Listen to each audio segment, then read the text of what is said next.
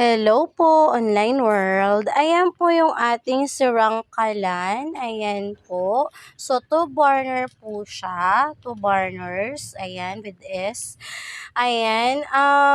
Sira na po siya, kaya binenta po sa atin. So, sa ganito po, dahil kabilang po siya sa bakal, ang kilo po natin, 10 pesos per kilo po. So, baka meron po kayo, just message me po. Pumipick up po kami around Nueva Ecija, boundary po ng Tarlac, boundary po ng Pampanga, boundary po ng Bulacan, boundary po ng Pangasinan, at boundary po ng Nueva Vizcaya.